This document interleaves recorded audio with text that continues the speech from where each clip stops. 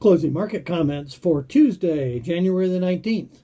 Markets opened unchanged to slightly higher last night after a 3-day weekend because of the Martin Luther King holiday. After a brief rally, corn and soybeans sold off, with corn trading 5 cents lower and beans down 20. Corn overnight then rallied back again and traded higher and was a little higher early this morning before selling off going into the morning break. Soybeans we're under pressure most of the day and actually down 30 cents on the old crop beans here at one point. We did see some rainfall in South America, primarily in Brazil, which lended some downward pressure to the market. But, you know, we're a long way from a lot of situations changing at this point. I think it was a correction day more so than an overall change, but we'll see. This is 2 days in a row down. This is the first time in quite a while that we've had 2 consecutive days down in the soybean market. In other news, China did sell 3.94 million metric tons of wheat reserves, 99.7% of what was offered, for an average price of $10.17. So traders in China are still actively looking to buy grain. This was bought primarily to be used as feed wheat, not for milling.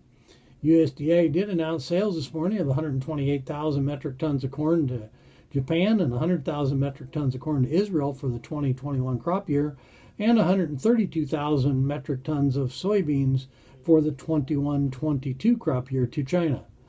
Brazil now has a threat coming out of a strike by the truckers going on starting February 1st, which will be right at the start of harvest. The strike is because of high fuel cost, and in Brazil, Petrobras, which is owned or ran by the government, controls fuel prices. So truckers there are complaining about a high fuel cost. 70% of all freight in Brazil moves by truck, with 83% of it being hauled by independent truckers. So a strike could be a big issue. We had one a few years ago, which caused a major problem. Otherwise, weekly export shipments for last week were released. Corn shipments were 34.5 million bushels, down from 51.7 the previous week, but above last year at 15.6, with 35 to 49 expected and 58.4 needed. Year to date, we have shipped 680.1 million bushels of corn out of the 2.55 billion projected, about 27%.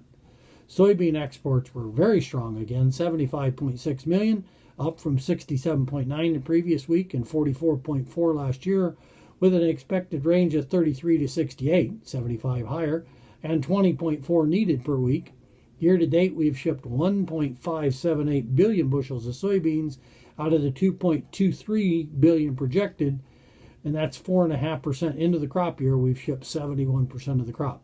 Wheat exports last week at 10.2 million, down slightly from 10.3 the previous week, and well below last year at 19.0, with 7 to 15 expected, but only 5.9 needed. We've shipped 572.1 million of wheat out of the 985 projected, but do remember that the wheat marketing year ends the end of May, so it does have a little difference there. The dollar today was down 269 points at 90.485. Gold was up 990, 1839.20, and silver was up 95 points at 24.92. Crude oil on the day was up 63 cents at 52.99. Talk there of President-elect Biden stopping the Keystone Pipeline, so that would obviously cause some fuel issues if we start doing that stuff again. Stocks rebounded today. Dow futures up 120, Nasdaq up 194, and the S&P was up 25 for the day. So a little better day in the stocks. Inauguration day tomorrow. We'll have to see what happens in the market. All right, thanks for watching.